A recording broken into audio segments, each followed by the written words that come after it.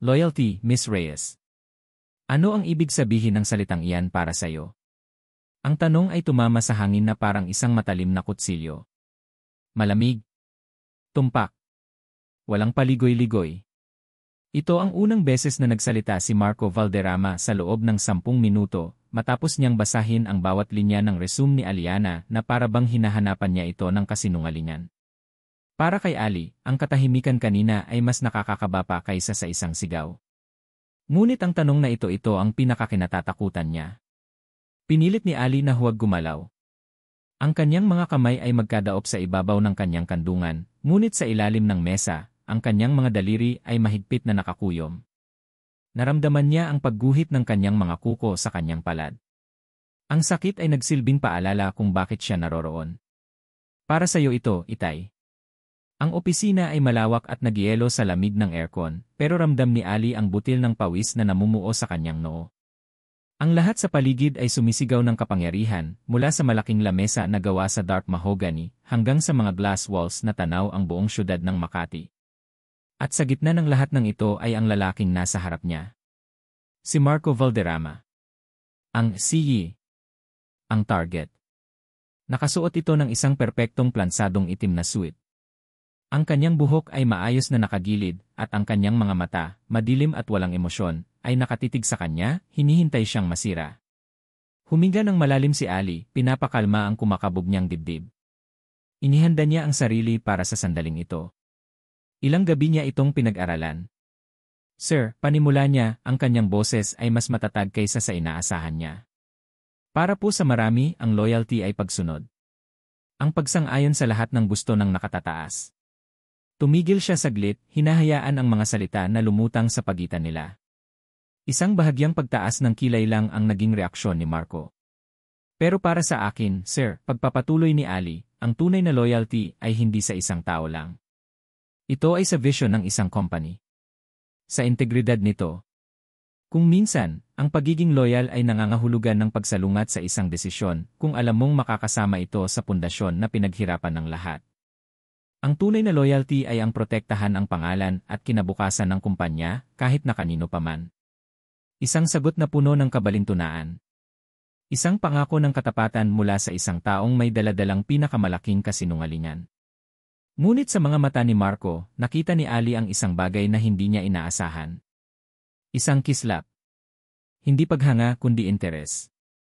Para bang isang manlalaro ng chess na nakakita ng isang hindi inaasahang tira mula sa kanyang kalaban. Hindi ito ngumiti. Hindi ito tumango. Kinuha lang nito ang mamahaling pluma at tinapik-tapik ito sa mesa. Ang tunog ay umalingaw sa tahimik na opisina. Okay, sabi lang nito, ang boses ay kasing lamig pa rin ng dati. We'll call you. Isang pagtatapos.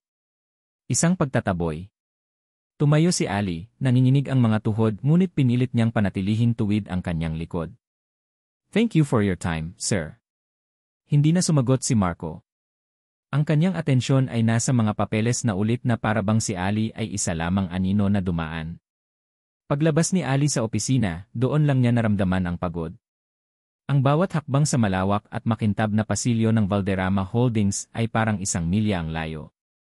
Ang mga pader ay napapalibutan ng mga abstract paintings, mga mamahaling palamuti na sumisigaw ng yaman na dapat sana ay sa kanya. Sa pamilya niya. At sa dulo ng pasilyo, bago ang elevator, nakita niya ito. Isang malaking oil portrait ng isang lalaking may ngiti sa labi, ngunit may matigas na tingin. Ang mas matandang bersyon ni Marco. Ang ama nito. Ang lalaking sumira sa lahat. Biglang nanikip ang dibdib ni Ali. Ang kontroladong kalma na pinaghirapan niyang itayo ay gumuho sa isang iglap. Ang hangin ay tila naubos sa kanyang baga. Sa likod ng kanyang mga mata, nakita niya ang isang alaala, ang kanyang sariling ama, nakaupo sa dilim, ang mga balikat ay lupaypay sa bigat ng pagkatalo. Napapikit siya ng mariin. Huwag dito. Huwag ngayon. Pinilit niyang humakbang palayo sa litrato, bawat galaw ay parang may nakadagan sa kanyang dibdib. Kailangan niyang makaalis. Kailangan niyang makahinga. Naglakad siya patungo sa elevator, ang kanyang mga paa ay tila gawa sa tingga. Ang makintab na sahig ay sumasalamin sa kanyang anyo, isang babaeng nakasuot ng simpleng blazer, sinusubukang magmukhang kabilang sa mundo ng yaman at kapangyarihan. Isang impostor. Nang bumukas ang pinto ng elevator, pumasok siya at humarap sa salamin. Ang imahe na tumingin pabalik sa kanya ay pagod at puno ng tensyon. Ngunit sa ilalim nito may apoy. Ang apoy na iyon ang nagdala sa kanya rito. Habang tahimik na bumababa ang elevator, bumalik sa isip niya ang tanong ni Marco. Loyalty. Natawa siya ng mapait sa sarili. Loyal siya.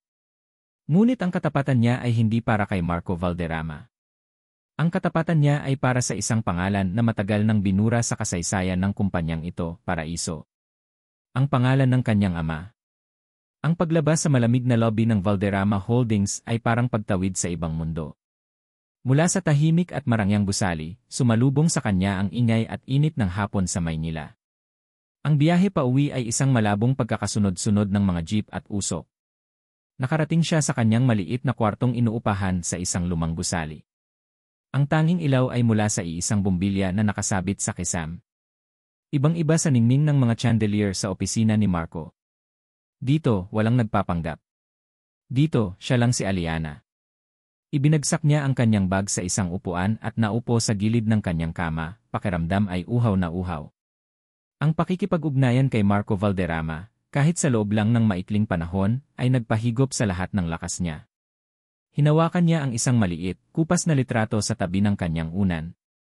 Ito ang larawan ng kanyang ama, si Mang Tomas Reyes, na may hawak na pluma at isang ngiti na kasing liwanag ng araw. Nakasuot ito ng polo barong, may tatak ng T Paraiso Group sa kaliwang bahagi ng kanyang dibdib.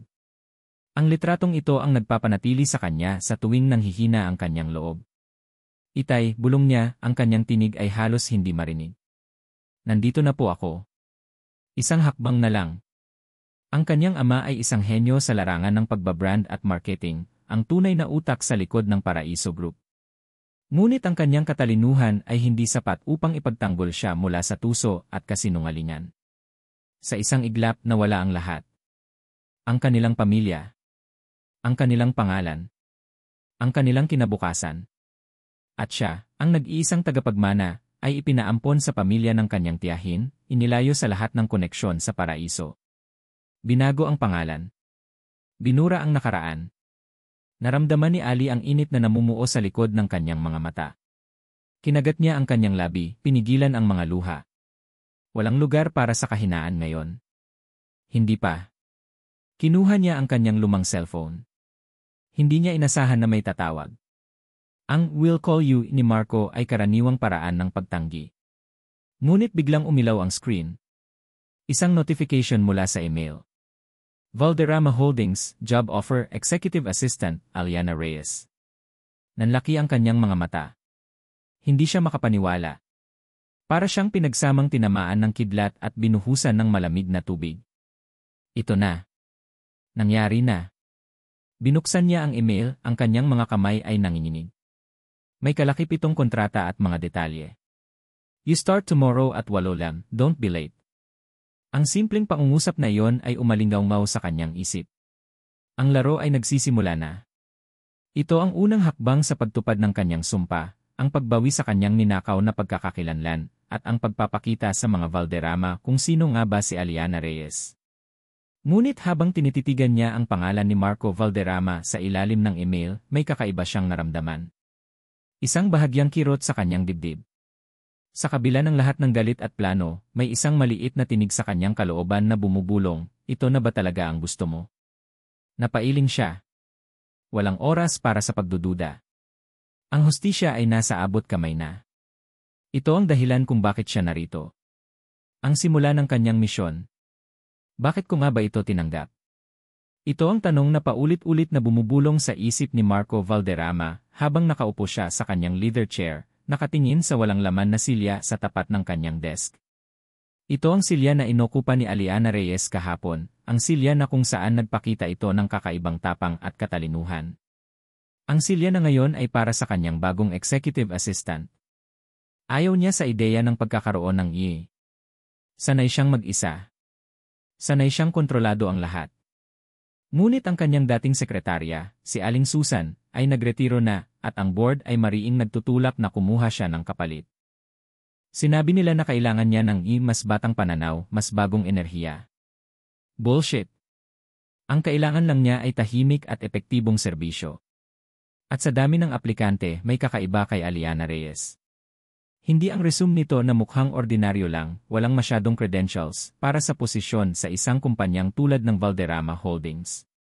Pero ang mga mata nito, walang takot. At ang sagot nito sa tanong tungkol sa loyalty. Isang sagot na parehong matapang at nakakainis. Ang tunay na loyalty ay hindi sa isang tao lang, ito ay sa vision ng isang company. Para kay Marco, ang loyalty ay isang simpleng konsepto. Katapatan sa taong nagbibigay sa iyo ng tiwala. Sa pamilya. Sa pangalan. Sa tatak. At ang mga Reyes? Ang pangalan na yon ay sumisimbolo sa pagtataksil. Flashback. Narinig ni Marco ang basag na tunog ng baso na nahulog mula sa silid ng kanyang ama. Siya ay 8 taong gulang pa lamang, nakikinig sa pinto, nagtatago sa dilim. Ang boses ng kanyang ama, si Mang Tonyo Valderrama, ay malalim at puno ng sakit. Hindi ko akalain, Ricardo, bulong ni Mang Tonyo sa kanyang kapatid, na ganyan ang gagawin ni Tomas. Ang taong pinagkatiwalaan ko ng buo. Ang boses ni Ricardo, ang kanyang tiyo Ricardo, ay kalmado, halos payapa. Sabi ko na sa'yo, kuya. Hindi mo dapat pinagkatiwalaan ang mga gaya nila.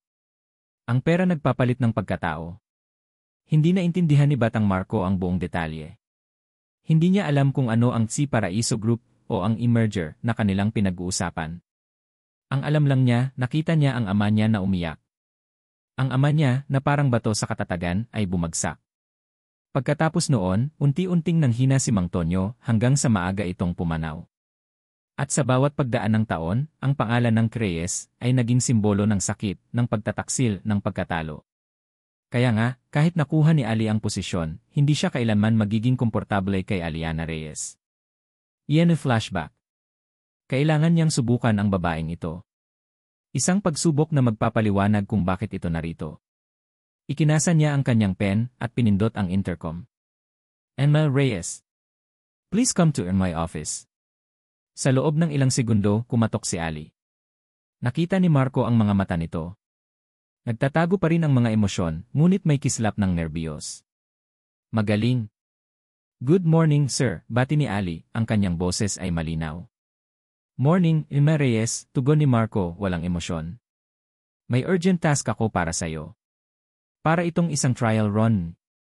Itinulak niya ang isang lumang susi sa mesa. May nakasabit ditong metal tag na may nakasulat na Archives, I3. Ang lumang storage room sa basement level 3, panimula ni Marco. Puno iyon ng mga lumang dokumento, karamihan mula pa sa panahong bago naging Valderrama Holdings ang kumpanyang ito. Gusto kong i-organize mo ang lahat ng iyon. Hindi kumurap si Ali. Ano po ang time frame, sir? Sa loob ng 24 oras, sagot ni Marco, sinasadya ang matalim na tunog sa kanyang boses. Ang lahat ng papel ay dapat nakakategorya ayon sa taon at departamento. Ang lahat ng digital file ay dapat mailipat sa cloud server. Naintindihan mo? Naramdaman niya ang bahagyang paghinga ni Ali, isang halos hindi marinig na tunog na nagsasabing alam nitong imposibleng gawin iyon. Ang basement archives ay isang gulo. Nandoon ang mga alaala ng Paraiso Group. May dahilan kung bakit hindi pa niya ito pinapagalaw sa loob ng mahabang panahon. Opo, sir, sagot ni Ali, ang kanyang boses ay matatag. 24 oras. Naiintindihan ko po. Good, sabi ni Marco. Mag-report ka sa akin bukas ng 8 na tapos na ang lahat. Tumalikod si Ali. Sumunod ang mga hakbang nito palabas ng opisina. Napangisi si Marco. Tignan natin kung hanggang saan ang tapang mo, Aliana Reyes. Lumipas ang ilang oras. Nagtrabaho si Marco sa kanyang opisina, ngunit ang kanyang isip ay patuloy na bumabalik sa basement. Narinig niya ang mga bulungan mula sa mga lumang empleyado tungkol sa kabuluhan doon. Kung ito ay isang ordinaryong tao, susuko na ito. Ngunit si Ali. Hindi niya napigilan ang sarili. Binuksan niya ang kanyang computer at nag-log in sa security camera feed. Ipinasok niya ang code para sa I3 storage room. Ang nakita niya ay nagpatigil sa kanyang paghinga. Nakita niya si Ali. Hindi ito nakaupo. Hindi ito nagpapahinga. Nakaluhod ito sa sahig, sa gitna ng tambak ng mga dokumento. Ang kanyang buhok ay magulo, may bahid ng alikabok sa kanyang pisngi. May hawak itong flashlight, at may isang stack ng mga folder sa kanyang tabi. Hindi ito mukhang susuko. Sa halip, mukha itong determinado. Sana'y magtagumpay ka, Marco. Napalingon si Marco. Nakatayo sa tapat ng kanyang desk si Tio Ricardo, ang kanyang matandang tiyuhin, ang kanyang kinatawan sa board, at tila rin isang ama sa kanya. Palagi itong nandyan, palaging nagbibigay ng payo. Tio Ricardo, bati ni Marco, ibinalik sa desktop ang camera feed. Anong ginagawa mo rito? Bumisita lang, Hijo, sagot ni Ricardo, ang ngiti nito ay mainit. Narinig ko ang tungkol sa bago mong sekretarya. Sigma Reyes, tama. Aliana Reyes, pagwawasto ni Marco, sinasadya ang diin sa apelyido. Ah, sabi ni Ricardo, at mayroong bahagyang pagbabago sa kanyang mga mata, isang mabilis na kislap na parang hindi makikita ng ordinaryong tao. Reyes. Interesting. Akala ko ba hindi ka mahilig sa mga pangalan na yan? Hindi direktang sumagot si Marco. She's different. I'm testing her. Isang matalinong pagpapasya, Hijo, sabi ni Ricardo, tumango-tango. Lumapit ito sa bintana, tinitigan ang cityscape sa labas. Sa mundong ito ng negosyo, hindi mo maaaring pagkatiwalaan ang sinuman. Lalo na ang mga bago. Lalo na ang mga may lihim na motibo. Napatingin si Marco kay Ricardo. Ang mga salita ng kanyang tiyuhin ay parang sinasabi na rin ng kanyang sariling isip. Sa bagay, patuloy ni Ricardo, lumingon kay Marco. Hindi ka naman magaling sa pagpili ng mga tao, Marco. Masyado kang direkta. Masyado kang naniniwala sa ibabaw. May kirot sa dibdib ni Marco. Alam niyang totoo ang sinabi ni Ricardo. Siya ay naniniwala sa transparency, sa hard facts, sa black and white. Kaya nga, ang pagtingin sa camera feed ni Aliana ay nagpapahirap sa kanya. Ano ang nakikita niya? Isang nagpapanggap? O isang tunay na may abilidad? I'm sure she'll disappoint you, dagdag ni Ricardo, ang kanyang tinig ay halos bulong lang, ngunit may isang uri ng tagumpay sa bawat salita. Maraming naghahanap ng kapangyarihan sa likod ng magandang ngiti, Marco. Huwag kang magpapadala. Pagkatapos noon, umalis na si Ricardo, iniwan si Marco sa kanyang pag-isip. Ang mga salita ng kanyang tiyuhin ay umalingaw-ngaw sa kanyang utak. Lihim na motibo. Disappoint. Nagbalik siya sa camera feed. Hating gabi na. Malapit nang matapos ang 24 oras. Si Ali ay naroroon pa rin. Mukha itong pagod, ngunit patuloy pa rin ang pagtatrabaho nito. Lumipas ang ilang minuto, ilang oras pa. Ang mga oras ay tila nabibilang lang sa kanya. Bandang 1:00 ng umaga, napansin ni Marco na bumagal na ang galaw ni Ali. Sa wakas, nakita niya itong bumagsak sa isang upuan, ang kanyang ulo ay nakasandal sa tambak ng mga folder. Naramdaman niya ang isang bahagyang kibot sa kanyang dibdib. Hindi ito awa, kundi isang bagay na mas komplikado. Respeto. Kinuha ni Marco ang jacket niya. Hindi niya alam kung bakit niya ito ginagawa. Siguro dahil sa pagtataka. O siguro, may bahagi sa kanya na gusto lang makita ng personal kung ano ang nagtulak sa babaeng ito na magtrabaho ng ganoon. Lumabas siya sa kanyang opisina, sumakay sa elevator, at bumaba patungong I-3. Ang daan patungo sa archives ay madilim, tahimik. Ang tanging tunog ay ang kanyang sariling mga yapak. Nang makarating siya sa pintuan ng archives, itinulak niya ito ng dahan-dahan. Ang malaking silid ay halos puno pa rin ng mga kahon, ngunit sa gitna, may isang lugar na tila nalinis na. At naroon si Aliana Reyes, nakatulog sa isang upuan na gawa sa kahoy, ang kanyang ulo ay nakahilig sa isang stack ng mga folder. Ang moonlight ay sumisilip mula sa isang maliit na bintana, sumasalamin sa mukha ni Ali. Mukha itong payapa, malayo sa pagod at tensyon na nakita niya kahapon. Pero ang nakapagpatigil kay Marco ay ang nakita niya sa tabi ni Ali. Isang lumang folder na hindi pa nito naisasalin sa tamang lagayan. Sa itaas ng folder, naroon ang isang logo na matagal na niyang hindi nakikita. Ang lumang logo ng Paraiso Group. Ang pagkabigla ay isang malamig na hampas sa dibdib. Nakatitig si Marco sa lumang logo ng Paraiso Group sa tabi ng natutulog na si Aliana. Ang mga linya ng logo, na nakaukit pa sa kanyang alaala mula sa mga kwento ng kanyang ama, ay parang isang panunudyo.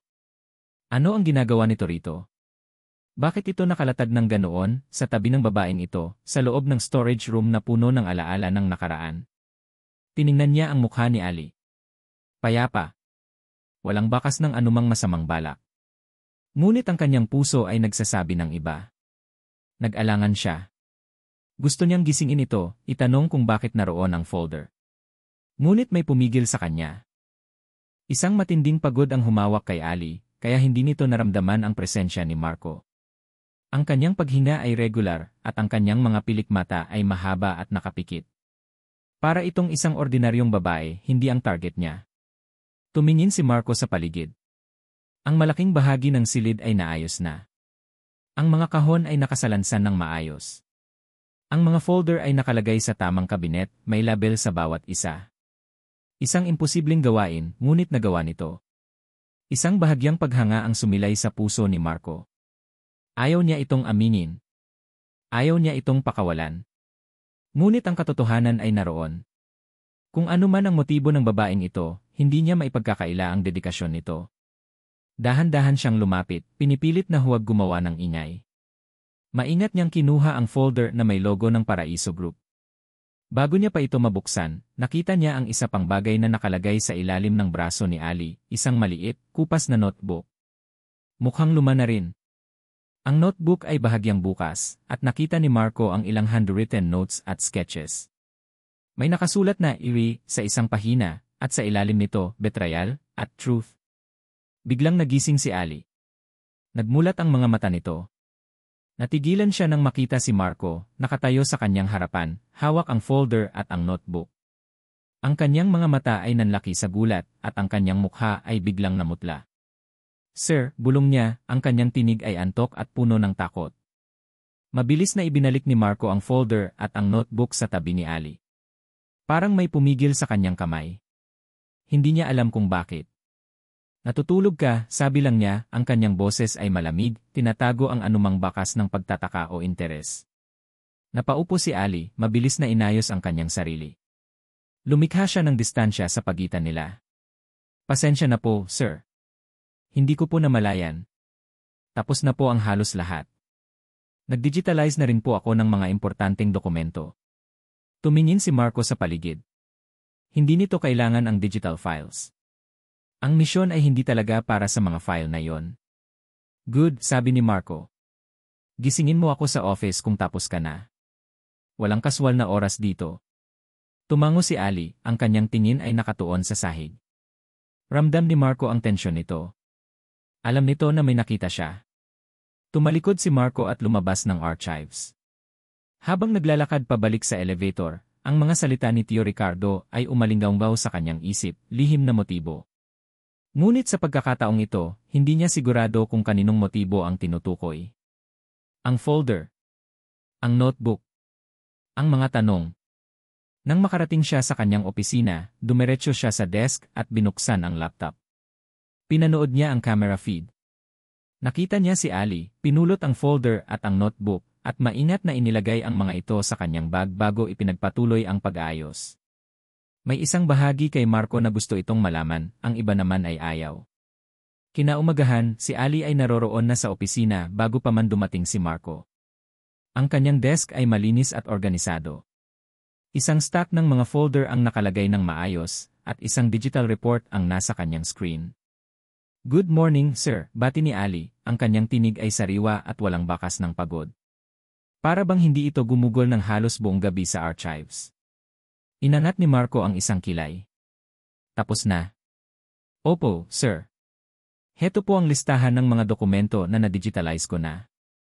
At na-organize ko na po ang lahat sa archives. May nakita po akong ilang lumang financial records na medyo hindi po klaro pero naisama ko na po sa listahan." May bahagyang diin sa kanyang boses nang banggitin niya ang hindi klaro. Tiningnan siya ni Marco. Walang bakas ng pagkukunwari sa kanyang mukha. O sadyang napakagaling lang niyang magtago. "I'll check," sabi lang ni Marco. "Mag-ayos ka ng aking schedule para sa araw na ito." Ang mga sumunod na araw ay naging isang patuloy na pagsubok. Sinubukan ni Marco si Ali sa lahat ng posibleng paraan. Pinagawa niya ito ng mga komplikadong report, pinadala sa mga impormal na pulong, at pinasagot sa mga katanungan na hindi naman direkta sa kanyang trabaho. Ngunit sa bawat pagsubok, lumalabas si Ali na mayroong kakaibang galing. Minsan, habang naglalakad sila sa koridor patungo sa conference room, biglang namatay ang ilaw. Ang elevator ay huminto. Blackout sa buong Valderrama Holdings. Ang mga tao ay nagulantang, nagkakagulo. Sir, tanong ni Ali, ang kanyang boses ay kalmado, kahit na nagtatago ito ng bahagyang kaba. Stay calm, utos ni Marco. Ang aircon ay namatay at nagsimulang uminit ang loob ng elevator. Naramdaman niya ang pagkabalisa ng ibang tao sa loob. Ang emergency light ay nagbigay ng isang mahina, dilaw na ilaw. Sa loob ng maliit na espasyo, ang init ay nagsimulang mamuo. Hindi nagtagal, naramdaman ni Ali ang pagpatak ng pawis sa kanyang noo. May claustrophobia ka ba, Ilna Reyes? Tanong ni Marco. Napangiti si Ali, isang maliit na ngiti na hindi niya inasahan. Hindi naman po, sir. Sanay po akong masikip ang espasyo. Isang sagot na puno ng katotohanan ngunit hindi niya maipaliwanag. Naalala ni Marco ang maliit na kwarto na nakita niya sa background ng interview nito. Isang simpleng kwarto. Isang simpleng pamumuhay. Okay lang po ba kayo, sir? Tanong ni Ali. Sa pagkakataong ito, may tunay na pag-aalala sa kanyang boses. Nagulat si Marco sa tanong. Wala pang nakatanong sa kanya niyan sa loob ng isang elevator na walang kuryente. Tiningnan niya si Ali. Ang kanyang mga mata ay nagpapakita ng tunay na pag-aalala, hindi pagpapanggap. I'm fine, sabi niya, at sa pagkakataong ito, naramdaman niya na totoo ang kanyang sinabi. Ang presensya ni Ali ay tila nagpapahinahon sa kanya. Nagkaroon sila ng isang maikling pag-uusap tungkol sa trabaho, at biglang naging komportable ang kanilang pagitan. Hindi siya ang CEO, at hindi siya ang sekretarya. 2 tao lang sila na nakulong sa isang kahon. Ano po pala ang paborito ninyong coffee, sir? Tanong ni Ali nang magkausap sila. Palagi ninyo kasing iba-iba ang in-order ninyo. Isang simpleng tanong. Ngunit sa loob ng elevator, sa ilalim ng mababang ilaw, tila ito ay isang personal na pag-amin. Black, sagot ni Marco, pero depende sa stress level ko. Kapag mataas, kapuksino. Kapag kalmado, Amerikano. Natawa si Ali. Isang tunay na tawa. At sa tunog na yon, may isang bagay sa dibdib ni Marco ang bahagyang lumambot. Nang bumalik ang kuryente at bumukas ang elevator, nagmadali ang mga tao na lumabas. Ngunit si Ali at Marco ay nanatili saglit, nagtinginan. Isang hindi sinasadyang sandali na tila nagpatagal ng oras. Sa isang pagkakataon naman, sa isang corporate dinner, isang mayayabang na investor ang nagkomento ng hindi maganda tungkol sa background ni Ali na hindi ito kabilang sa elite social circles. Si Ali, na sanay sa ganitong uri ng diskriminasyon, ay nanatiling kalmado, ngunit ramdam niya ang kurot sa kanyang puso. Biglang narinig niya ang boses ni Marco. Enr de la Cruz, sabi ni Marco, ang kanyang tinig ay kasing lamig ng yelo, ang Valderrama Holdings ay naghahanap ng kakayahan, hindi ng pedigree. Kung may problema ka sa mga staff ko, may problema tayo. Baka gusto mong tingnan ulit ang kontratang ito. Natigilan si Enr de la Cruz. Ang iba pang naroroon ay natahimik. Ito ang unang beses na nakita nila si Marco na ipinagtanggol ang isang empleyado. Naramdaman ni Ali ang init na bumalot sa kanyang katawan. Isang pakiramdam na matagal na niyang hindi naramdaman, proteksyon. Mula kay Marco. Ang taong kinamumuhian niya. Nang gabing iyon, matapos ang dinner, habang naglalakad si Ali pauwi, may kung anong nagtutulak sa kanya na pumunta sa isang lumang library. May kailangan siyang hanapin. Isang piraso ng nakaraan. Nang makita niya ang mga libro tungkol sa kasaysayan ng Philippine business, nahagip ng kanyang mata ang isang lumang dyaryo. Ang headline ay malaki at nakasulat, Paraiso Group Collapses, Tomas Reyes, Key Figure, Vanishes. Ngunit ang nakakuha ng kanyang pansin ay ang isang maliit na caption sa ilalim ng artikulo. Isang quote mula sa isang taong kilala sa kanyang pamilya bilang kaibigan ng kanyang ama, napakasakit. Napakalaki ng nawala sa amin. Kailangan malaman ng lahat ang katotohanan sa likod ng pagbagsak ng paraiso. At sa ibaba, ang kanyang pangalan, Ricardo Valderrama. Nanlamig ang kanyang kamay. Ricardo Valderrama. Ang I sa kanyang notebook. Hindi niya dapat ginawa yon. Ang pagtatanggol kay Aliana sa harap ni Enr de la Cruz ay isang kilos na hindi pinag-isipan. Isang reaksyon. Isang bagay na nagmula sa isang sulok ng kanyang pagkatao na hindi niya alam na umiiral pa. Sa loob ng maraming araw pagkatapos ng corporate dinner, pilit na binubura ni Marco ang insidenteng iyon sa kanyang isip. Ngunit ito ay nananatili, parang isang mansa na hindi matanggal. Bakit niya ginawa yon? Dahil ba sa prinsipyo na hindi tama na maliitin ang isang empleyado? O dahil ba ito sa kanya kay Ali? Ang babaeng puno ng misteryo. Ang babaeng may hawak na notebook na may nakasulat na "Yue". Ang babaeng nakatulog sa tabi ng isang folder na may logo ng paraiso. Ang bawat araw na kasama niya si Ali ay isang pagsubok hindi para sa babae, kundi para sa kanya. Ang kanyang kontrol, ang kanyang malamig na panlabas, ay unti-unting nabibitak. Nakikita niya kung paano ito gumalaw, mahusay, mabilis, at may kakaibang pag-unawa sa kanyang mga pangangailangan bago pa niya sabihin ang mga ito. Minsan, nahuhuli niya ang sarili na nakatitig dito habang nagtatrabaho ito. Ang konsentrasyon ay nakaukit sa mukha nito. At kapag nag-aangat ito ng tingin at nagtatama ang kanilang mga mata, si Marco ang unang umiiwas. Isang gabi, kailangan nilang mag-overtime para sa isang biglaang report na kailangan ng board. Ang buong palapag ay tahimik na. Ang tanging naririnig ay ang mahinang pag-click ng kanilang mga keyboard at ang ugong ng aircon. Emma Reyes, tawag ni Marco, hindi inaalis ang tingin sa kanyang computer screen. Sir, coffee. Gusto mo? Nagulat si Ali sa alok. Okay lang po, sir. May tubig po ako. I didn't ask if you have water.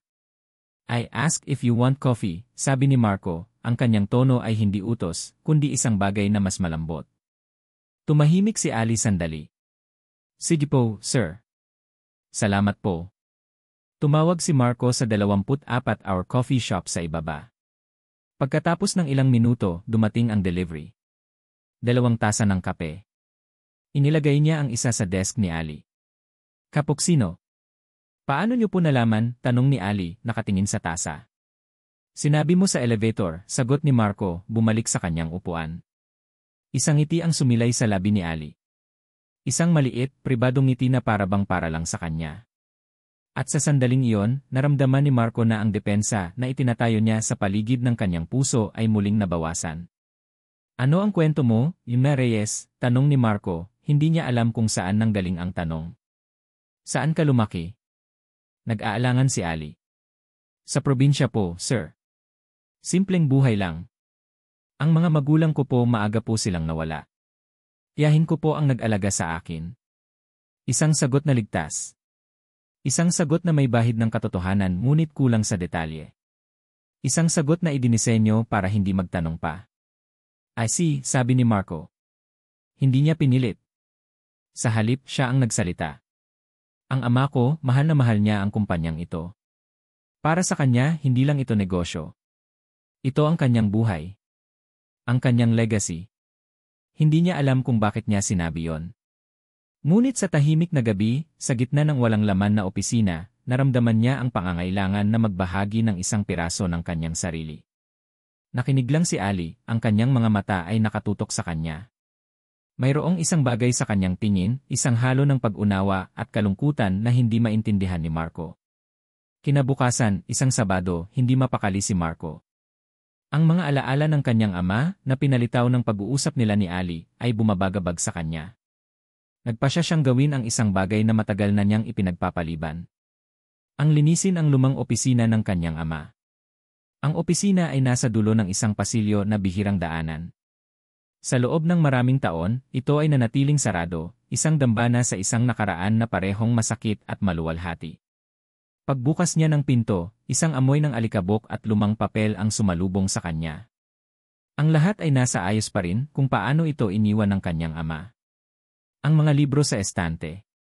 Ang isang larawan nila sa ibabaw ng mesa. At sa pader, isang malaking larawan ng kanyang ama kasama ang isang lalaking may malapad na ngiti. Si Thomas Reyes. Ang kanilang matalik na magkaibigan bago ang lahat ng gulo. Sinimulan ni Marco na mag-ayos. Nag-alis siya ng alikabok. Inayos niya ang mga libro. Bawat bagay ay may dalang alaala. Ang bigat ng nakaraan ay bumabalot sa kanya. Napansin niya ang isang drawer sa ilalim ng mesa na nakalock. Naalala niya na may isang maliit na susi na laging nakatago sa ilalim ng desk blotter ng kanyang ama. Kinapa niya ito at nandoon nga. Binuksan niya ang drawer. Sa loob, may isang maliit na kahon. Naglalaman ito ng mga personal na gamit, isang lumang relo, ilang mga medalya, at isang sobre.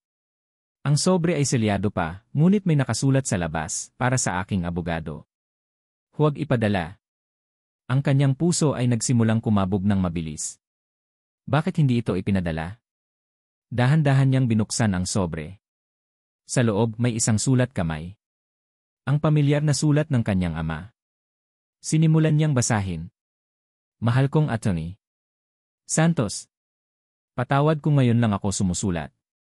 Alam kong sinabi ko sa iyo na tapos na ang lahat, na kailangan na nating mag-move on, ngunit sa bawat araw na lumilipas, ang bigat sa aking dibdib ay lalong tumitindi. Natatakot ako na nagkamali ako. Nagkamali ako tungkol sa kanya, tungkol kay Tomas. Natigilan si Marco. Ang kanyang paghina ay huminto. Ang mga salita ay tumalon mula sa papel at sumampal sa kanya. Ipinagpatuloy niya ang pagbabasa, ang kanyang mga kamay ay bahagyang nanginginig. Ang lahat ng ebidensya ay nandoon. Ang mga papeles, ang mga numero, lahat ay tumuturo sa kanya. Ngunit ang aking puso, ang aking intuition bilang isang kaibigan, ay sumisigaw na may mali. Hindi niya iyon magagawa. Hindi si Tomas. Ang payo ni Ricardo, ang kanyang pagpupumilit na si Tomas ang may kasalanan sa una, ay nagbigay sa akin ng kalinawan. Ngunit ngayon, ito na ang nagbibigay sa akin ng pagdududa. Masyadong madali ang lahat. Masyadong perpekto ang pagkakasunod-sunod ng mga pangyayari. Hindi ko na alam kung ano ang paniniwalaan. Ang isip ko o ang puso ko? Ang katibayan o ang pagkakaibigan? Siguro isang araw, malalaman din ang katotohanan. Ngunit sa ngayon, dala-dala ko ang bigat na ito. Patawarin sana ako ng Diyos kung nagkamali ako ng husga. Binitawan ni Marco ang sulat na parabang napaso siya. Ang papel ay lumutang at bumagsak sa sahig. Ricardo. Ang kanyang tiyo Ricardo. Ang taong gumabay sa kanya. Ang taong nagturo sa kanya na kamuhian ang pangalang Reyes. Ang buong pundasyon ng kanyang galit, ang kwentong bumuo sa kanyang pagkatao, ay gumuho sa isang iglap. Isang kasinungalingan. Isang malaking tandang pananong ang lumitaw sa kanyang isipan. Sino si Aliana Reyes? Isa ba siyang kasangkapan lang sa isang mas malaking laro? O isa siyang biktima, tulad ng kanyang ama? Kailangan niya ng mga sagot. Hindi mga emosyon. Hindi mga lumang sulat. Kailangan niya ng katotohanan. Mga facts. Mabilis siyang lumabas ng opisina ng kanyang ama. Ang kanyang isip ay nagliliyab. Tumingin siya sa direksyon ng desk ni Ali na walang laman dahil Sabado. Kinuha niya ang kanyang cellphone. Isang numero ang kanyang tinawagan. Ang pinuno ng kanilang internal security, isang dating pulis na may utang na loob sa kanya. Reyes, sabi ni Marco sa telepono, ang kanyang boses ay matigas at walang emosyon, tinatago ang bagyo sa kanyang kalooban. Sir, kailangan ko ang kumpletong background file ni Aliana Reyes. Lahat. Address, family records, mga dating trabaho. Gusto ko na sa mesa ko na ito pagsapit ng Lunes ng umaga. Ang gabi ay kumikinang sa mga kasinungalingan. Ito ang naisip ni Aliana habang hawak ang isang tray ng champagne, maingat na gumagalaw sa gitna ng mga mayayamang bisita sa grand launch ng bagong proyekto ng Valderrama Holdings. Ang bawat sulok ng Grand Ballroom ay pinalamutyan ng mga puting bulaklak at nagliliwanag na mga ilaw. Ang mga tao, nakasuot ng kanilang pinakamamahaling damit, ay nagtatawanan at nag-uusap tungkol sa milyon-milyong pisong mga deal. Ito ang mundo na dapat ay sa kanya. Ang mundong ninakaw sa kanya. Ngunit ngayong gabi, hindi siya si Aliana Reyes, ang tagapagmana. Siya si Ali, ang mahusay na executive assistant, na tinitiyak na ang lahat ay tumatakbo ng perpekto para sa kanyang amo. Para kay Marco Valderrama. Mula sa kabilang dulo ng silid, nakita niya si Marco, nakikipag-usap sa isang grupo ng mga Japanese investors. Seryoso ang mukha nito, ngunit may isang uri ng kumpiyansa sa tindig nito na hindi maipagkakaila. Napakagwapo nito sa kanyang itim na tuksedo. Isang katotohanan na pilit niyang iwinawaksi sa kanyang isipan, ngunit patuloy na bumabalik. Sa tabi ni Marco, nakita rin niya si Ricardo Valderrama. Ang sa notebook ng kanyang ama. Ang ngiti ni Ricardo ay malapad at palakaibigan habang nakikipag-usap sa mga investor, ngunit ang mga mata nito, kapag sumusulyap kay Marco, ay may dalang kakaibang lamig. Isang bagay na hindi napapansin ng iba, ngunit para kay Ali, ito ay malinaw na parang kristal. Mukhang abala ang boss mo, sabi ng isang boses sa likuran niya. Napalingon si Ali. Isang matandang babae, si Ilres Konsunji, isa sa mga matagal ng miyembro ng board. Ngumiti si Ali. Kailangan po, ma'am. Malaking gabi po ito para sa kumpanya. At para sa iyo rin, Hija, sabi ni Ilres Konsunji, ang kanyang mga mata ay puno ng pag-apruba. Narinig ko ang tungkol sa ginawa mo sa archives. At kung paano mo na-handle ang gulo sa supply chain noong nakaraang linggo. You are very impressive. Marco made a good choice. Salamat po, ma'am, sagot ni Ali, ramdam ang pamumula ng kanyang mga pisngi. Ang bawat papuri ay parang isang patalim sa kanyang konsensya. Lumipas ang ilang sandali, at napansin ni Ali na ang isa sa mga Japanese investors ay tila hindi komportable. Hindi ito umiinom at ang mukha nito ay bahagyang namumula. Lumapit si Ali, nagdala ng isang baso ng tubig. Excuse me, M. Tanaka, sabi niya ng mahina. Napansin ko po na hindi kayo umiinom ng alak. Allergic po ba kayo? Mayroon po kaming non-alcoholic beverages kung gusto niyo po. Nagulat si M. Tanaka. Ah, yes. Thank you. I am very allergic. How did you know? I read your profile from our previous meetings, sir, paliwanag ni Ali. It was in the fine print. I wanted to make sure you were comfortable tonight. Ang mukha ni M. Tanaka ay nagliwanag. Tumango ito kay Marco. Your assistant is very attentive, Valderrama-san. Very impressive. Nakita ni Ali ang tingin ni Marco. Isang tingin na hindi niya pa nakikita dati. Isang halo ng pagtataka, pasasalamat, at isang bagay na mas malalim. Isang bagay na nagpatibok ng kanyang puso ng mas mabilis. Ang gabi ay naging isang malaking tagumpay. Ang deal sa mga Japanese investors ay nasilyuhan. Habang paalis na ang mga bisita, naiwan sina Ali at Marco sa halos walang laman na ballroom. You did a great job tonight, Ali, sabi ni Marco. Sa unang pagkakataon ay tinawag siya sa kanyang palayaw sa isang formal na setting. Trabaho ko lang po iyon, sir, sagot niya, umiiwas ng tingin. No, sabi ni Marco, lumapit ng isang hakbang. It was more than that. You saved the deal. Thank you. Ang kanyang boses ay sinsero, walang bakas ng pagiging arogante. At sa sandaling iyon, ang lahat ng pader na itinayo ni Ali sa paligid ng kanyang puso ay nagsimulang gumuho. Sabay silang lumabas ng hotel. Hating gabi na at ang hangin ay malinis at malamig. Naglalakad sila sa tahimik na sidewalk nang biglang bumuhos ang isang malakas na ulan. Walang babala. Shit, bulong ni Marco, hinila si Ali patungo sa isang maliit na awning ng isang saradong coffee shop. Ang tunog ng ulan ay malakas, lumilikha ng isang kurtina sa kanilang paligid, inihihiwalay sila mula sa natitirang bahagi ng mundo. Ang mga ilaw ng kalye ay kumikinang sa basang kalsada. Nanginginig si Ali, hindi dahil sa lamig, kundi dahil sa lapit nila. Ang kanyang balikat ay halos dumidikit sa braso ni Marco. Naamoy niya ang kanyang pabango, isang halo ng mamahaling kolob at ang amoy ng ulan. Hindi ko alam kung ano ang ginagawa mo sa akin, bulong ni Marco, ang kanyang boses ay halos hindi marinig sa lakas ng ulan. Napatingin si Ali sa kanya. Ang kanyang buhok ay basa, at may mga butil ng tubig sa kanyang mukha. Ang kanyang mga mata, na laging malamig at kontrolado, ay ngayon puno ng isang emosyon na hindi niya mapangalanan. Mula nang dumating ka, pagpapatuloy niya, lahat ay nagbago. Ang mga patakaran ko, ang mga paniniwala ko, ginugulo mo ang lahat. Ang puso ni Ali ay kumakabog na parang tambol. Huwag, Marco. Pakiusap, huwag.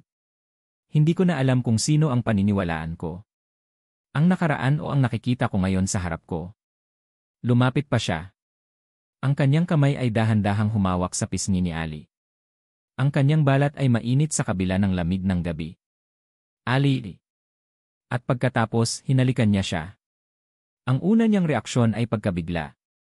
Ngunit mabilis itong napalitan ng isang bagay na mas malakas. Isang pangungulila na matagal na niyang itinatago. Tumugon siya sa halik, ang kanyang mga kamay ay umakyat sa kanyang dibdib. Ang halik ay puno ng lahat ng hindi nila masabi. Puno ng tensyon. Puno ng pag-aalinlangan. Puno ng pagnanasa. Isang matamis na lason na handa niyang inumin. Sa sandaling iyon, hindi siya si Aliana Reyes na may misyon. Siya lang si Ali, hinahalikan ng lalaking hindi niya dapat mahalin. Nang maghiwalay ang kanilang mga labi, pareho silang humihingal. Nakasandal ang kanilang mga noo sa isa't isa, ang tunog ng ulan ang tanging saksi sa kanilang ginawa.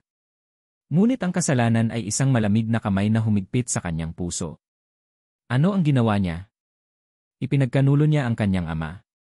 Ipinagkanulo niya ang kanyang sarili. Dahan-dahan siyang umatras, ang kanyang mga mata ay puno ng luha. Hindi ito tama. Ali. Bago pa siya makapagsalita, biglang tumunog ang kanyang cellphone. Ang tunog ay matinis at nakakagulat sa katahimikan na sumunod sa halik. Tiningnan niya ang screen. Tita Elena. Ang kanyang tiyahin. Ang nag-iisang taong nakakaalam ng kanyang tunay na pagkatao. Nanginginig niyang sinagot ang tawag, lumayo ng ilang hakbang kay Marco para magkaroon ng kaunting privacy, kahit na ang isip niya ay blanko. Hello, tita. Aliana, sabi ng boses sa kabilang linya, puno ng pag-aalala. Kumusta ka na? Ang plano mo nag-aalala ako para sa'yo, anak.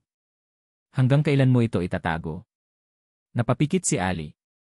Ang bawat salita ay parang isang dagok. Tita, tatawag na lang po ako ulit. Aliana, kailan mo balak sabihin sa kanya ang totoo? Ang tanong ay tumama sa kanya na parang isang sampal. Napahinto ang kanyang mundo. Ang tunog ng ulan. Ang tibok ng kanyang puso. Lahat ay nawala. Dahan-dahan siyang lumingon, ang takot ay gumagapang sa kanyang lalamunan. Nakatayo si Marco sa likuran niya. Mas malapit kaysa sa inaakala niya. Ang kanyang mukha ay walang emosyon, isang perpektong maskara. Ngunit alam ni Ali. Narinig niya. Narinig niya ang lahat. Ang mga salita ay tumusok sa hangin na parang bubog. Aliana. Ang totoo. Nakatayo si Marco sa gitna ng ulan, ngunit hindi niya nararamdaman ang lamig. Ang init ng halik ay biglang naglaho, napalitan ng isang nagyelong pakiramdam na gumapang mula sa kanyang mga paa hanggang sa kanyang puso. Ang mundo ay huminto. Ang tunog ng mga patak ng ulan ay naging isang malayong ugong. Ang tanging malinaw ay ang dalawang salitang iyon. Aliana. Hindi Ali. Aliana. Nakatitig siya sa likod ng babaeng kahahalik lang niya. Ang babaeng nagpagulo sa kanyang mundo. Ang babaeng pinagtanggol niya. Ang babaeng nagsimula siyang pagkatiwalaan. Ang mukha nito, nang lumingon ito sa kanya, ay puno ng takot. Isang takot na kumpirmasyon. Ngunit hindi nagpakita ng emosyon si Marco. Sa isang iglap, bumalik ang pader. Mas mataas. Mas matibay. Ang ang manlalaro ng chess, ay muling nag-assume ng kontrol. Hindi niya maaaring ipakita na narinig niya. Hindi pa. Kailangan niya ng katiyakan. Kailangan niya ng lahat ng piraso bago niya gawin ang kanyang susunod na hakbang. May problema ba? Tanong niya, ang kanyang boses ay kalmado, halos walang interes. Isang perpektong pagkukunwari. Umiling si Ali, ang kanyang mga mata ay nag-iwas. O wala po, sir. Ang tiyahin ko lang po, nag-aalala. Ibinaba niya ang tawag. Ang kanyang mga kamay ay nanginginig. Umuwi ka na, sabi ni Marco, tumalikod na. The company driver will take you home. Magkita na lang tayo bukas. Hindi na niya ito hinintay sumagot. Naglakad siya palayo, bawat hakbang ay mabigat. Bawat hakbang ay palayo sa babaeng iyon, at palapit sa isang katotohanang ayaw niyang harapin.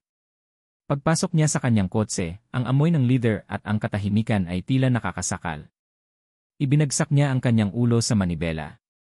Ang ulan ay malakas na humahampa sa windshield, ang mga wipers ay gumagalaw ng paulit-ulit, sinusubukang linisin ang paningin, ngunit ang isip niya ay nananatiling magulo. Aliana Reyes.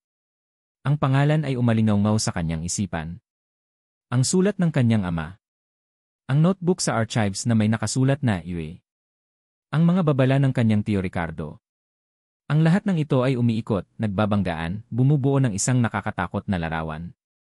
Kinuha niya ang kanyang cellphone. Sa kanyang email, naroon ang file na ipinadala ng kanyang security head kaninang hapon. Isang kumpletong background check kay Aliana Ali Reyes. Binuksan niya ito. Ang address na nakalista ay hindi sa isang kondominium sa Makati o Yisi. Ito ay sa isang lumang kalye sa isang masikip na bahagi ng Maynila. Isang lugar na malayo sa mundo na ginagalawan niya. Hindi na siya nag-isip pa. Pinaandar niya ang kotse, ang mga gulong ay dumadausdos sa basang kalsada. Ang kanyang mga kamay ay mahigpit na nakahawak sa manibela. Nagmamaneho siya, hindi lang para hanapin ang isang address, kundi para hanapin ang katotohanan, gaano man ito kasakit. Ang pagdating sa lugar na iyon ay parang pagpasok sa ibang dimensyon. Ang malalapad na kalsada ng Makati ay napalitan ng makikitid na eskinita. Ang mga nagtataasang gusali ay napalitan ng mga luma at magkakadikit na bahay. May mga batang naglalaro pa rin sa ilalim ng ulan. May mga tindahan na bukas pa, ang ilaw ay nagbibigay ng mainit na liwanag sa madilim na gabi. Dito nakatira si Ali. Si Aliana. Ang bawat detalye ay isang sampal sa kanya. Ang pagiging simple nito, ang pagiging mahusay nito, ang kanyang kwento tungkol sa simpleng buhay, lahat ay bahagi ng isang malaking pagkukunwari. Ipinark niya ang kotse sa isang sulok kung saan hindi ito gaanong kapansin-pansin. Pinatay niya ang makina at pinanood ang gusali kung saan nakatira si Ali. Isang lumang apartment building na may 3 palapag. Kailangan niya ng kumpirmasyon. Isang bagay na hindi maipagkakaila. Bumaba siya ng kotse, ang ulan ay ambon na lamang. Nakita niya ang isang matandang babae na nagwawalis sa harap ng isang maliit na sari-sari store sa tapat ng apartment. Mukha itong palakaibigan. Ito na ang pagkakataon niya. Lumapit siya. Magandang gabi po, Nay. Naghahanap po sana ako ng isang tao. Bago lang po kasi akong delivery dito. Isang kasinungalingan na madaling lumabas sa kanyang bibig. Tumingin sa kanya ang matanda. Sino ba, iho? Baka kilala ko. Isang Aliana Reyes po. Dito po ba siya nakatira? Ang mukha ng matanda ay nagliwanag. Ah, si Ali. Iho. Diyan sa taas, sa 2nd floor. Mabait na bata yan. Napakasipag. Tumango si Marco, ang kanyang puso ay bumibigat sa bawat salita. Ganoon po ba? Matagal na po ba siyang nakatira rito? Ay! Mula pagkabata. Diyan na iyan lumaki sa tiyahin niya, si Elena, pagkatapos ng nangyari sa mga magulang niya. Kawawang bata. Nangyari po, tanong ni Marco, pinipilit na maging kaswal. Ang ama niyan, si Mang Tomas. Mayaman daw iyan dati, iho. Ang may-ari ng isang malaking kumpanya, ano nga ba yon? Paraiso. Paraiso Group. Naku, ang sabi-sabi, naloko daw ng matalik na kaibigan. Nawala ang lahat sa kanila. Pagkatapos noon, bigla na lang nagkasakit si Mang Tomas at namatay. Ang hirap ng pinagdaanan ng batang iyan. Bawat salita ng matanda ay parang isang martilyo na pumupukpok sa dibdib ni Marco. Paraiso Group. Naloko ng matalik na kaibigan. Ang kasaysayan ay umuulit, ngunit sa pagkakataong ito, siya ang nasa panig ng kontrabida. Ang kanyang ama. Ang kanilang pamilya. Sila ang imatalik na kaibigan na sumira sa buhay ng pamilya Reyes. At si Aliana siya ang anak. Ang tagapagmana. Naramdaman ni Marco na parang umiikot ang kanyang paningin. Salamat po, Nay. Babalik na lang po ako bukas. Naglakad siya pabalik sa kanyang kotse, ang kanyang mga binti ay parang walang lakas. Pagkaupo niya, tinitigan niya ang manibela, ang kanyang paghinga ay mabigat at mabilis. Ang halik. Ang pag-aalala nito. Ang pagiging mahusay nito sa trabaho. Ang lahat ng iyon isang plano. Isang mahusay na isinagawang paghihiganti. Pinaglaruan siya. Pinaikot. Pinaniwala. Pinagmukha siyang tanga. Ang bahagyang paglambot ng kanyang puso kanina ay ngayon naging bato. Ang pag-asa ay naging galit. Ang pag-ibig ay naging isang mapait na puot. Tumingala siya at tiningnan ang Valderrama Holdings building na matatanaw mula sa malayo. Ang mga ilaw nito ay nagniningning sa gitna ng kadiliman. Ang gusaling iyon, ang simbolo ng kanyang tagumpay, ng legacy ng kanyang ama. Ngayon, sa kanyang paningin, ito ay isang ninakaw na trono. At siya ang hari na nakaupo dito. Biglang umilaw ang kanyang cellphone. Isang text message. Mula kay Ali. Thank you for tonight. See you tomorrow, sir. Ang mensahe ay puno ng inosente, propesyonal na tono. Isang mensahe na kung ilang oras lang ang nakalipas ay magpapakilig sa kanya. Ngunit ngayon ito ang huling patak. Ang pang-insulto. Isang galit na hindi niya panaramdaman sa buong buhay niya ang bumalot sa kanya.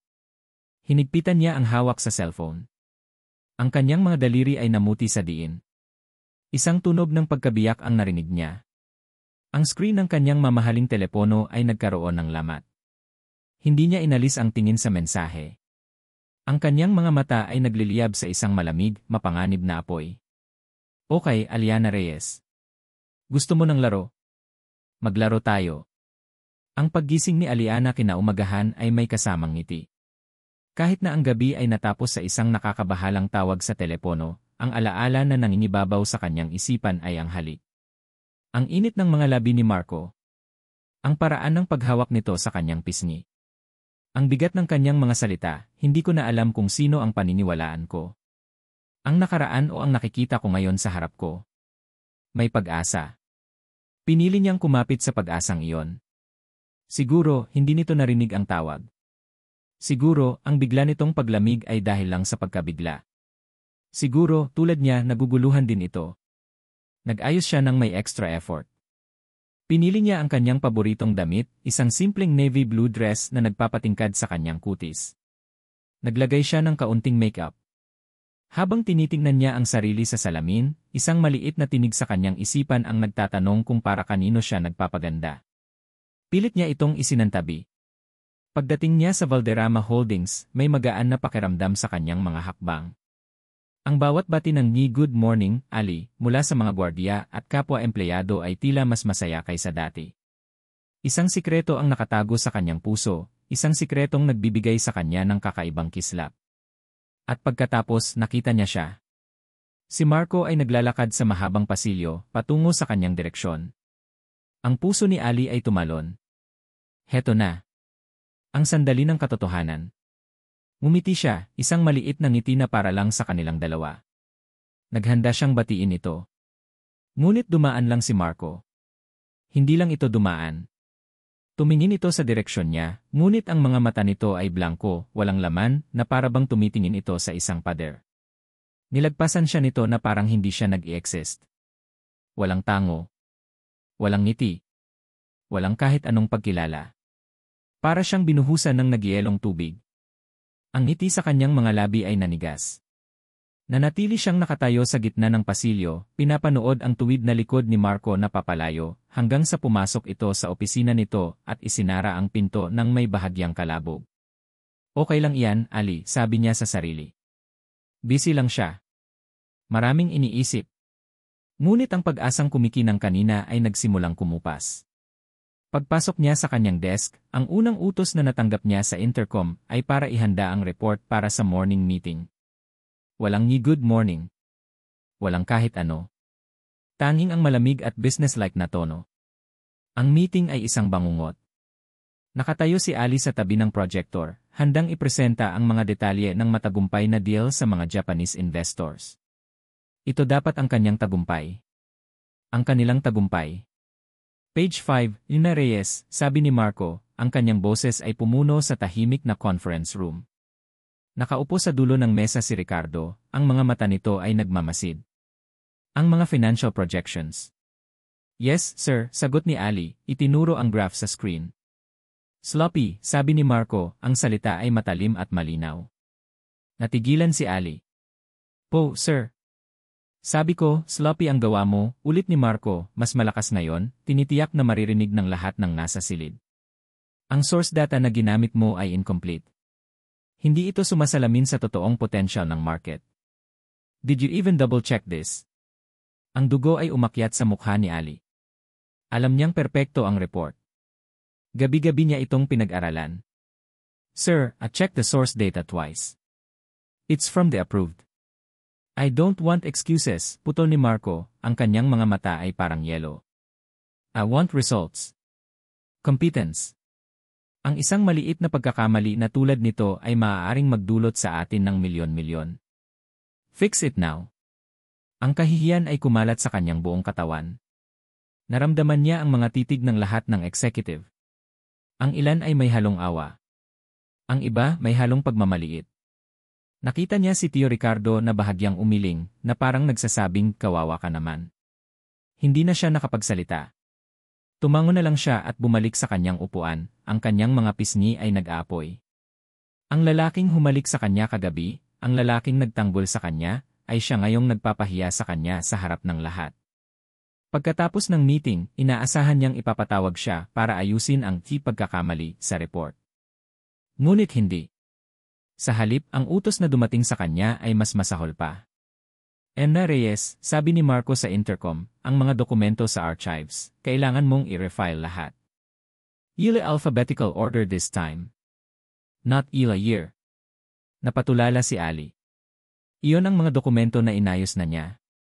Ang pagsubok na ipinagawa sa kanya noong unang linggo niya. Isang gawain na walang saysay. Isang pagpapahirap. Pero sir, naayos ko na po iyon. May sinabi ba akong magtanong ka? Ang malamig na sagot. Gawin mo na lang. At ang intercom ay namatay. Buong araw, iyon ang ginawa niya. Bumalik siya sa malamig at maalikabok na basement, na ngayon ay parang isang kulungan. Bawat folder na hawak niya ay isang paalala ng kanyang kabiguan. Ang kanyang isip ay puno ng mga tanong. Bakit? Ano ang nagbago? Ang halik ba yon? Galit ba siya dahil tumugon ako? O galit siya dahil tumigil ako? Ang bawat teorya ay mas masakit kaysa sa nauna. Hindi na niya natiis. Sa pagtatapos ng araw, nang halos lahat ay nakaalis na, tinipon niya ang lahat ng kanyang lakas ng loob at kumatok sa pinto ng opisina ni Marco. Pasok. Pagbukas niya ng pinto, nakita niya si Marco, nakaupo sa kanyang desk, abala sa pagtatype sa kanyang laptop.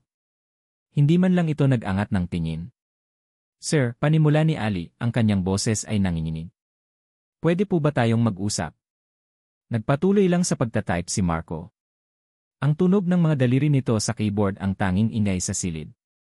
Tungkol po sa araw na ito, pagpapatuloy ni Ali, nararamdaman ang pagbuo ng luha sa kanyang mga mata. May nagawa po ba akong mali? Ang report kanina, sir, sigurado po akong tama ang data. At ang archives. Sir, hindi ko po maintindihan. Nangahas siyang humakbang palapit. Ang gabi ng launch. Marco Lee. Sa pagbanggit niya ng pangalan nito, tumigil ito sa pagtatype. Dahan-dahan itong nag-angat ng tingin. Ang kanyang mukha ay isang blangkong maskara, ngunit ang kanyang mga mata ay puno ng isang bagay na nakakatakot. Isang malamig na galit. Ang trabaho mo lang ang dapat mong intindihin, Ilma Reyes, sabi nito, ang bawat salita ay mabagal at may diin. Kung hindi mo kayang gawin yon, malaki ang pinto. Maraming iba dyan na kayang gawin ang trabaho mo nang walang tanong. Ang mga salita ay tumama sa kanya na parang isang pader. Inalis nito ang lahat. Ang halik. Ang mga sandali sa elevator. Ang pagtatanggol nito sa kanya. Lahat ay binura. Napatango si Ali, hindi na kayang magsalita. Ang sakit ay mas matindi pa kaysa sa kahihiyan. Ito ay pagtatakwil. Tumalikod na siya, talunan. Hahawakan na sana niya ang doorknob para lumabas, para takasan ang nagyelong silid na yon, nang marinig niya ulit ang boses nito. Sandali.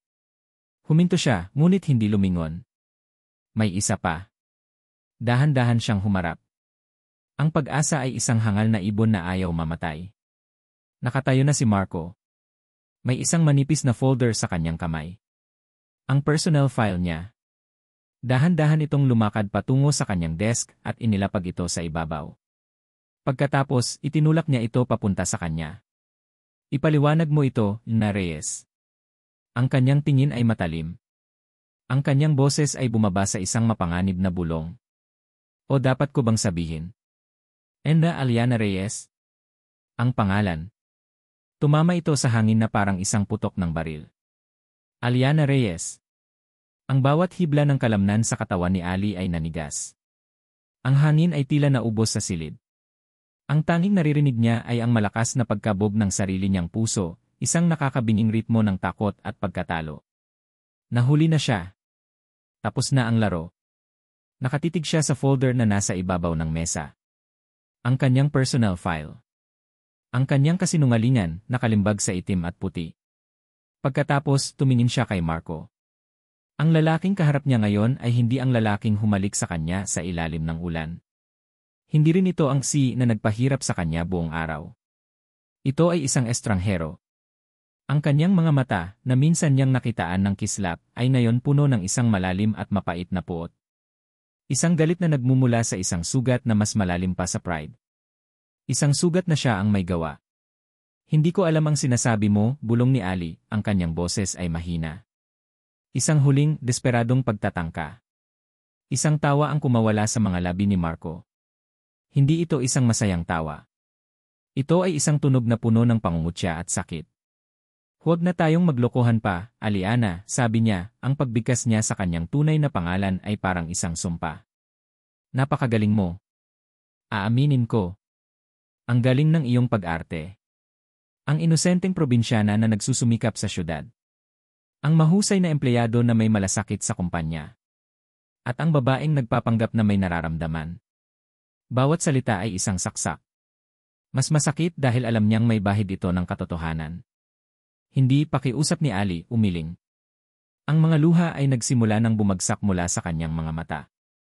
Marco, ang nararamdaman ko totoo iyon. Totoo, sigaw ni Marco, sa wakas ay nawala ang kanyang kontroladong galit. Ibinagsak niya ang kanyang kamay sa mesa, na nagdulot ng malakas na kalabog. Totoo ba ang halik na yon? O bahagi lang iyon ng plano para makuha ang tiwala ng tangang si? Para makuha ang mga sikreto ng kumpanya?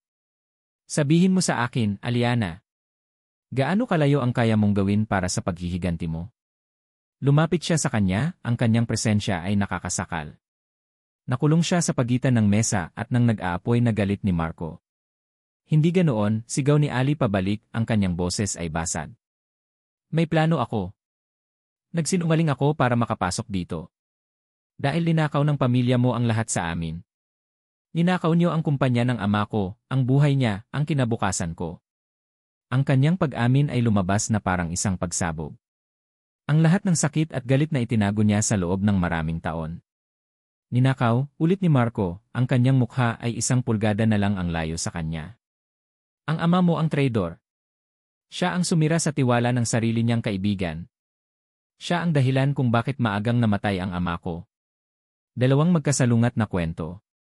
Dalawang magkaibang katotohanan. Parehong nasasaktan. Parehong naniniwala na sila ang biktima. Hindi totoo yan, giit ni Ali. Ang ama ko ay isang mabuting tao. At ang ama ko ay isang hangal na naniwala sa kanya, sagot ni Marco. At ako ang mas malaking hangal na naniwala sa anak niya. Isang butil ng luha ang pumatak mula sa mata ni Marco. Isang nag-iisang luha na puno ng galit at pagkabigo. Ang paningin na iyon ang tuluyang sumira sa puso ni Ali. Dahil sa kabila ng lahat, alam niyang nasaktan niya siya ng husto. Marco, pakiusap makinig ka, sabi niya, ang kanyang boses ay isang desperadong pakiusap. Ang nararamdaman ko para sa'yo, hindi iyon kasama sa plano. Hindi ko iyon inaasahan. Hindi ko iyon ginusto. Pero nangyari. Tinitigan siya ni Marco na parabang sinusubukan nitong basahin ang kanyang kaluluwa, naghahanap ng kahit katiting na katotohanan. Ngunit ang sugat ay masyadong sariwa. Ang sakit ng pagkakanulo ay masyadong malaki. Pag-ibig, tanong niya, ang boses ay puno ng lason. O iyon lang ba ang pinakamahusay na paraan para makuha ang mga sikreto ng kumpanya ko? Ang galing. Napakagaling na plano. Umatras siya, lumikha ng distansya sa pagitan nila na parang milya ang layo.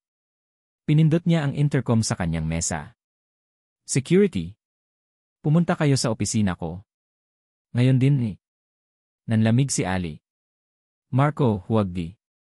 Huwag mong babanggitin ang pangalan ko, sabi niya, ang kanyang boses ay bumalik sa pagiging malamig at walang awa. Para sa'yo, ako si M. Valderrama. At para sa akin, ikaw ay wala na. Bumukas ang pinto at pumasok ang dalawang gwardiya. Ang kanilang mga mukha ay walang emosyon, ngunit may bakas ng pagkalito sa kanilang mga mata nang makita si Ali na umiiyak. You're fired, Lima Reyes, sabi ni Marco, malinaw at pinal. Kunin mo ang mga gamit mo. At ihatid niyo siya palabas ng gusaling ito. Siguraduhin niyong hindi na siya makakabalik pa. Sir! Sabi ng isang gwardiya, nag-aalangan. Yan ay, sigaw ni Marco, ang kanyang boses ay umalingaw sa buong silid. Walang nagawa ang mga gwardiya kundi sumunod. Dahan-dahan silang lumapit kay Ali. Ma'am, sumama na po kayo, sabi ng isa ng mahina. Hindi makagalaw si Ali. Ang kanyang mga paa ay parang nakadikit sa sahig. Nakatitig lang siya kay Marco, umaasa, nagmamakaawa na bawiin nito ang lahat. Ngunit ang nakita lang niya ay isang likod na tumalikod sa kanya, nakaharap sa bintanang tanaw ang buong syudad. Ang kanyang kaharian. Habang inaalalayan siya ng mga gwardya palabas, ang bawat hakbang ay isang pagpapahirap. Dumaan sila sa kanyang desk, kung saan kinuha niya ang kanyang bag at ang kupas na larawan ng kanyang ama. Ang mga empleyadong nag-o-overtime ay napahinto, nagtataka, nagbubulungan. Ang kanyang paglalakad ng kahihiyan. Habang naglalakad sila sa mahabang pasilyo, isang pamilyar na tao ang kanilang nasalubong. Si Tio Ricardo. Tumigil ito, ang mukha ay nagpapakita ng pagkukunwaring pagkabigla. Ali. Anong nangyayari? Tanong nito. Hindi sumagot si Ali. Patuloy lang siyang naglakad. Lumapit si Ricardo sa tabi ni Marco, na ngayon ay nakatayo sa labas ng kanyang opisina, pinapanood ang pag-alis ni Ali. Inilagay ni Ricardo ang isang kamay sa balikat ng pamangkin.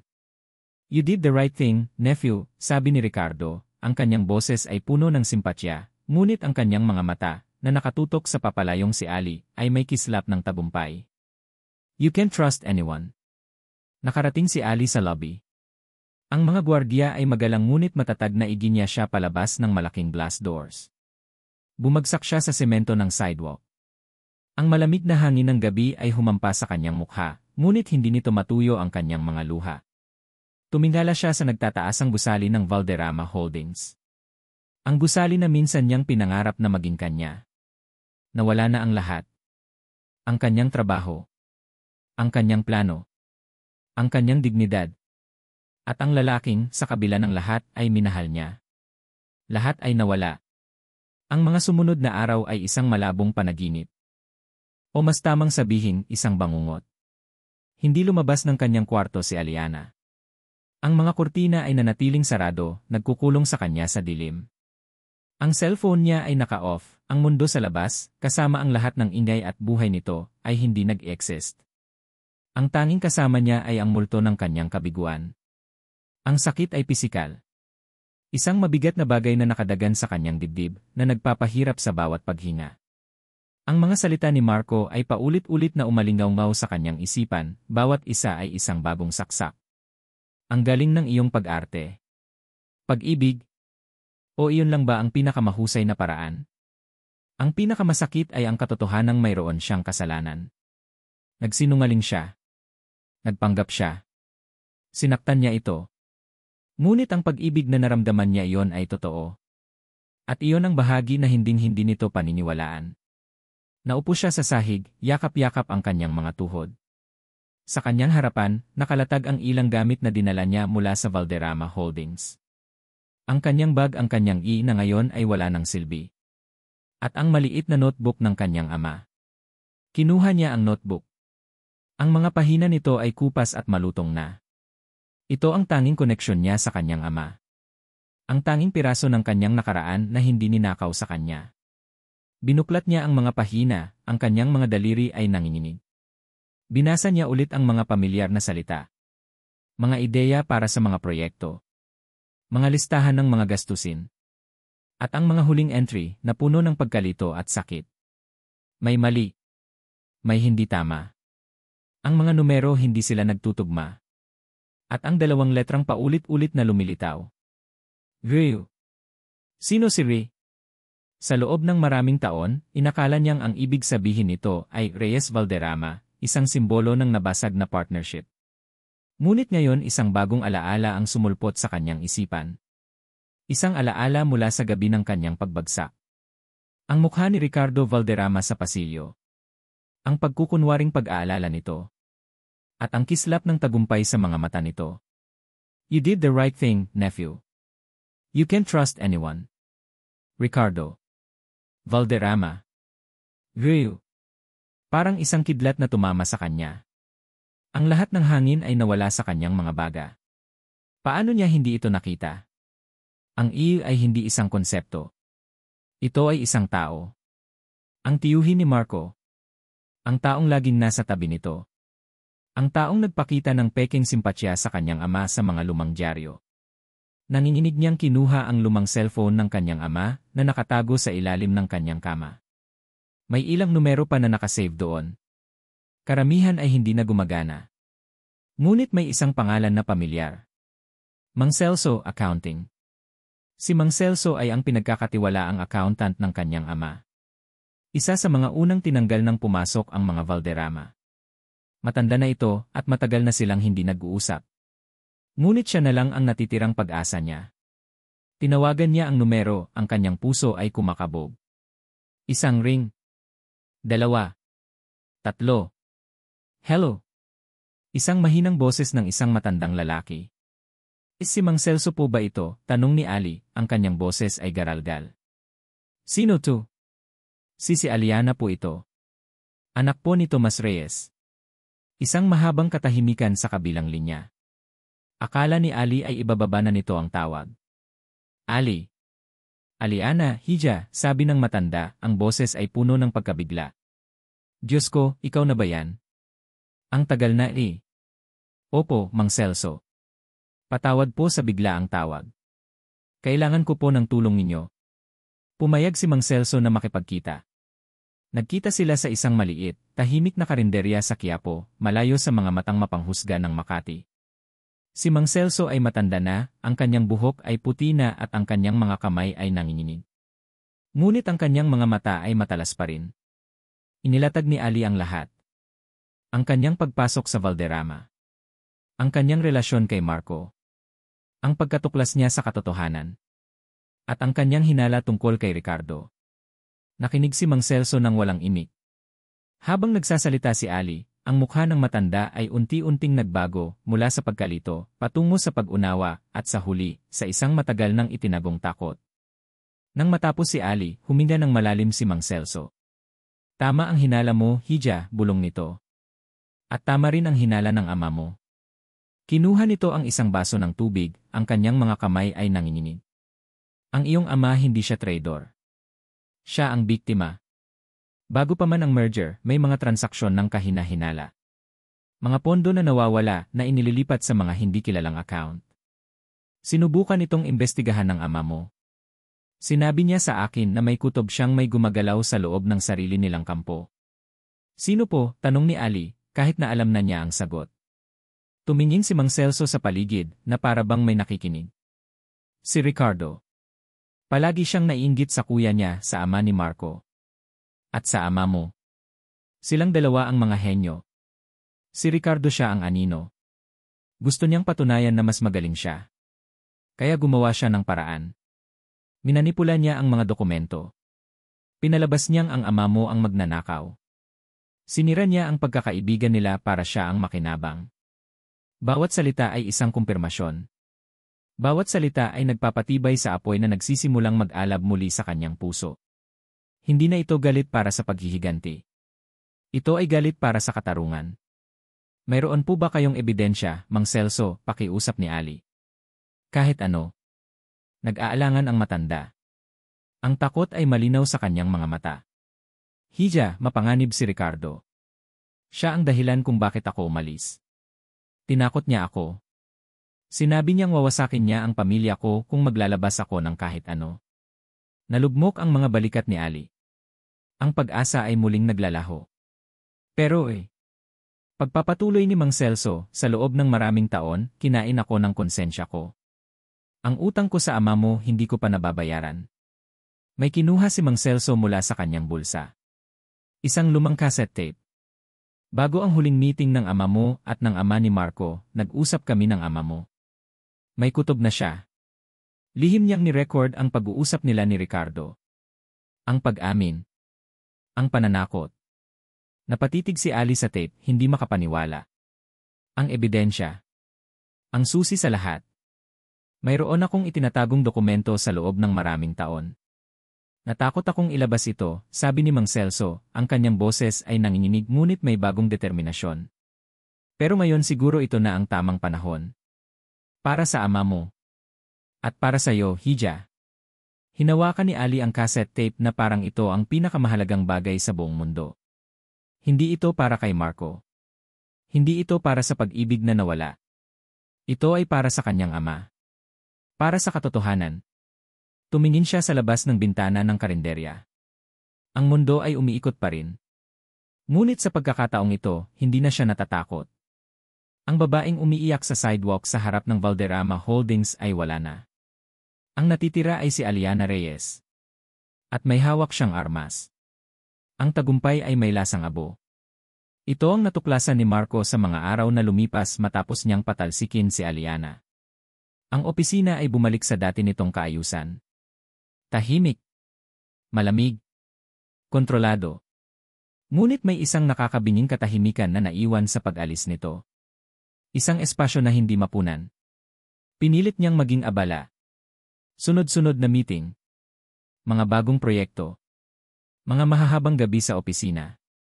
Ginawa niya ang lahat para ibaon ang sarili sa trabaho, para takasan ang isang mukha na patuloy na bumabalik sa kanyang isipan, ang mukha ni Ali na puno ng luha, ang mga mata nito na sumisigaw ng isang katotohanang pinili niyang huwag pakinggan. Isang gabi, habang nakaupo siya sa kanyang malawak na opisina, napatingin siya sa silyang laging inuupuan ni Ali. Walang laman. Malinis. Para bang hindi ito kailanman inokupa. Ngunit alam niya. Naramdaman niya ang pagkawala nito na parang isang phantom limb, isang bahagi ng kanyang sarili na biglang naputol. Inis siyang tumayo at lumapit sa minibar para kumuha ng isang baso ng whiskey. Habang umiinom, ang mga huling salita ni Ali ay umalingaw-ngaw sa kanyang tainga. Ninanakaw ng pamilya mo ang lahat sa amin.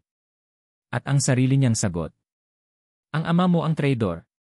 Ngunit sa gitna ng kanyang galit, may isang bagay na bumabagabag sa kanya.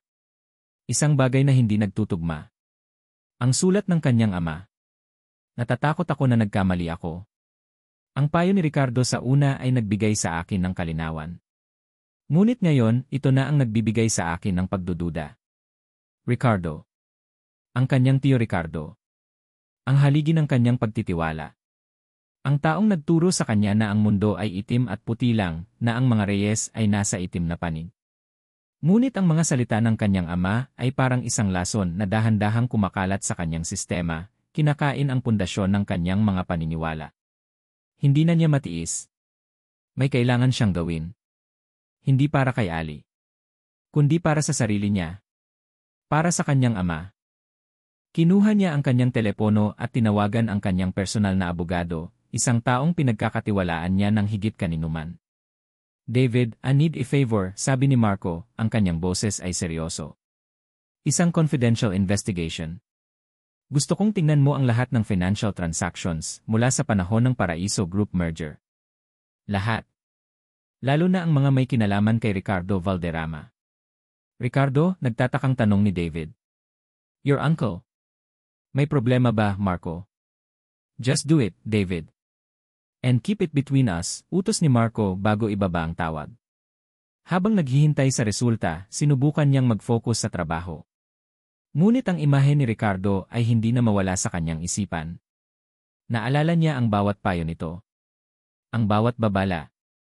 Ang bawat pagkakataon na sinisiraan nito ang pangalang Reyes. Huwag kang magpapadala sa mga ngiti, Marco. Lahat sila may tinatago.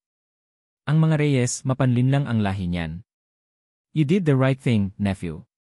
Ang mga salita na dati ay nagbibigay sa kanya ng lakas ay ngayon nagdudulot ng isang malamig na kaba.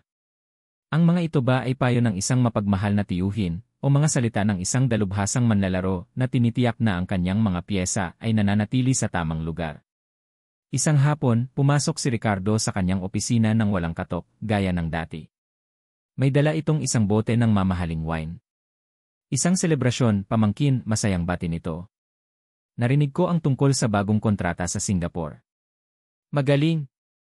Ipinagmamalaki ka ng iyong ama kung nasaan man siya ngayon. Ngumiti si Marco, ngunit ang ngiti ay hindi umabot sa kanyang mga mata.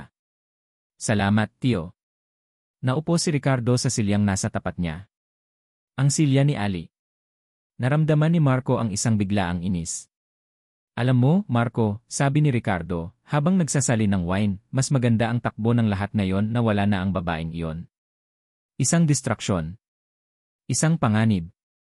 Mabuti na lang at nalaman mo ang totoo bago pa huli ang lahat. Paano niyo po nalaman na siya ay isang Reyes, tiyo? Tanong ni Marco, ang kanyang tono ay kaswal, ngunit ang kanyang mga mata ay matalas na nagmamasid. Nagkibit balikat si Ricardo. Mga bulong-bulungan. Alam mo naman sa isang kumpanya, mabilis kumalat ang tsismis. Ang mahalaga ay wala na siya. Ngayon, makakapag-focus na tayo sa kung ano talaga ang importante, ang pagpapalago ng Valderrama Holdings. Itinaas nito ang kanyang baso. Para sa pamilya. Para sa atin. Itinaas din ni Marco ang kanyang baso, ngunit hindi siya uminom. Tinitigan niya ang kanyang tiyuhin sa ibabaw ng rim ng baso. Sa unang pagkakataon, hindi niya nakikita ang isang mapagmahal na kamag-anak. Nakikita niya ang mga bitak sa perpektong maskara. Kinabukasan, tumawag si David. Marco, kailangan nating magkita, sabi nito, ang boses ay seryoso. May nakita ako. Nagkita sila sa isang pribadong silid sa isang restaurant. Inilatag ni David ang isang folder na puno ng mga dokumento. Bank statements. Wire transfer records. Corporate ownership papers. Hindi ito magugustuhan ng tiyuhin mo, panimula ni David. Itinuro niya ang isang serye ng mga transaksyon na nagsimula pa bago ang merger. Mga maliliit na halaga noong una na inilipat mula sa mga account ng Paraiso Group patungo sa isang shell company.